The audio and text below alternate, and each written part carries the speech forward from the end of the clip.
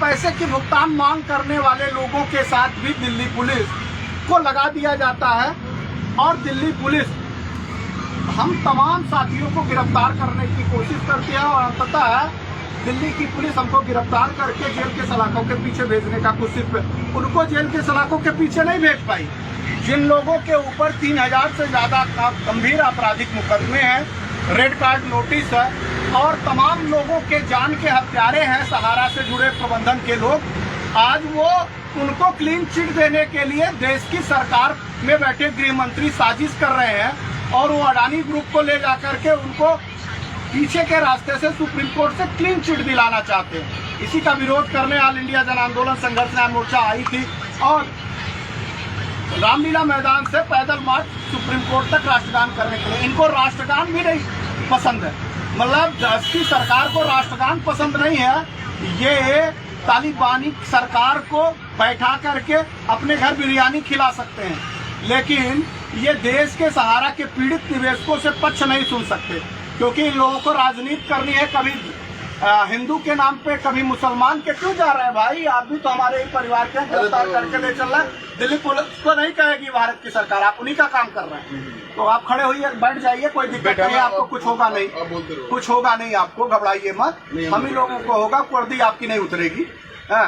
क्योंकि दिल्ली की पुलिस जनता के लिए भी बनती है, लेकिन दिल्ली की पुलिस एकदम सिंडिकेट की तरह काम कर रही है और दिल्ली की पुलिस जो है अपराधियों को संरक्षण देती है। अपराधियों के लिए हमने अपना प्रार्थना पत्र उत्तर प्रदेश दिल्ली के पुलिस महानिदेशक को दे दिया था, सूचना दे दी थी, जानकारी दे दी थी। इन लोगों ने कोई सूचना हम लोगों को नहीं दी, हम लोगों से कुछ भी नहीं बताया और ना लिखित कोई दिया। हमने लिखित दिया, जवाब लिखित का होता है कि भाई आप यहाँ पे अपना प्रोटेस्ट नहीं कर पाएंगे, अपनी बात नहीं रख पाएंगे, राष्ट्रगान आप नहीं गा पाएंगे। ये राष्ट्रगान गाने के लिए इन लोगों ने अवैध तरीके से हम लोगों को ये राष्ट्रगान नहीं गाने दिए, तो हम लोग इसी में क्या नाम है, जो हमको ये जेल ले जा रहे हैं, हम खड़े होकर के यहीं राष्ट्रगान करेंगे।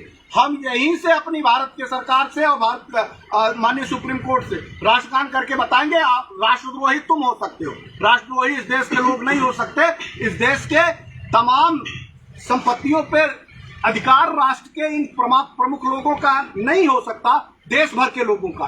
तो जितना हक उनको है उतना हक हम लोगों को है, हमारे ही पैसे से, चाहे वो दिल्ली की पुलिस हो, चाहे देश की कोई पुलिस हो या राजनेता हो, वही सब हमारे टैक्स के पैसे से अपनी सैलरी पाते हैं। और हम लोग जब बात करने जाते हैं कि हमारे पीड़ित निवेशकों का पैसा वापस होना चाहिए, तो ये हमारा पैसा तो वापस नहीं करते, हमको बदले में गिरफ्तार करते हैं। बताइए, आज उत्तर प्रदेश बिहार में ये चुनाव लड़ने आएंगे, जनता इनको सबक सिखाएगी, इनके सड़कों पे निकल करके इनके पार्टी के नेताओं को हाथों में डंडे लेकर के इनके दरवाजे से खदेड़ने का काम करेगी। इंतजार करिए, हम भी बैठे नहीं रहेंगे। अगर आप हमको यहाँ बोलने नहीं देंगे ना, आप हमको यहाँ खड़े होने नहीं देंगे, आपने तालिबान राज बना लिया है, आपने ब्रिटानिया हुकूमत बना लिया है, तो हम आपको सही ढंग से रहने नहीं देंगे, सत्ता से उखाड़ करके फेंक देंगे। चाहे वो उत्तर प्रदेश में हो, चाहे बिहार में होने वाला चुनाव हो, बिहार में भी आपको खामियाजा भुगतना पड़ेगा और उत्तर प्रदेश में भी आप चुनाव लड़ने आ रहे हैं। हम लोग 2 करोड़ से ज्यादा उत्तर प्रदेश में पीड़ित निवेशक हैं, लगभग 1 करोड़ से ज्यादा बिहार में निवेशक पीड़ित हैं। इनके परिवार के 5 लोग हैं, अगर वो वोट देंगे तो अब की बार कतई किसी मोदी सरकार को नहीं देंगे, किसी भाजपा सरकार को नहीं देंगे, किसी भाजपा की पार्टी के से जुड़े लोगों को नहीं देंगे। हम अपना कूड़े में वोट डाल देंगे, लेकिन इनको वोट नहीं देंगे और इनको सबक सिखाएंगे कि अगर आम नागरिकों के साथ ऐसा करते हो तो तुमको सत्ता पे रहने का कोई हक नहीं। इंकलाब जिंदाबाद, इंकलाब जिंदाबाद। जुल्मी चाहे जिद करेगा सत्ता के गलियारों से, जप्पा चप्पा गूंज पड़ेगा इंकलाब के नारों से। जुल्मी जितना जुल्म करेगा सत्ता के गलियारों से, चप्पा चप्पा गूंज उठेगा इंकलाब के नारों से। जुल्मी जितना जुल्म करेगा सत्ता के गलियारों से, चप्पा चप्पा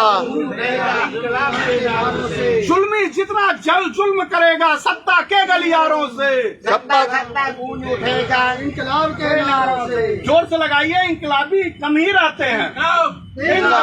जिंदाबाद, सरदार भगत सिंह जिंदाबाद, जिंदाबाद जिंदाबाद, सरदार भगत सिंह जिंदाबाद, जिंदाबाद जिंदाबाद जिंदाबाद। जिंदाबाद इसलिए कह रहा हूँ कि सरदार भगत सिंह फिर वापस आ गए। एक सरदार भगत सिंह थे जिन्होंने असेंबली में बम फेंका था, पूरा देश जाग चुका था। अब हजारों क्रांतिकारी सरदार भगत सिंह की आत्मा के रूप में निकल करके सड़कों पे आए हैं। सरकार को उसका जवाब देना पड़ेगा।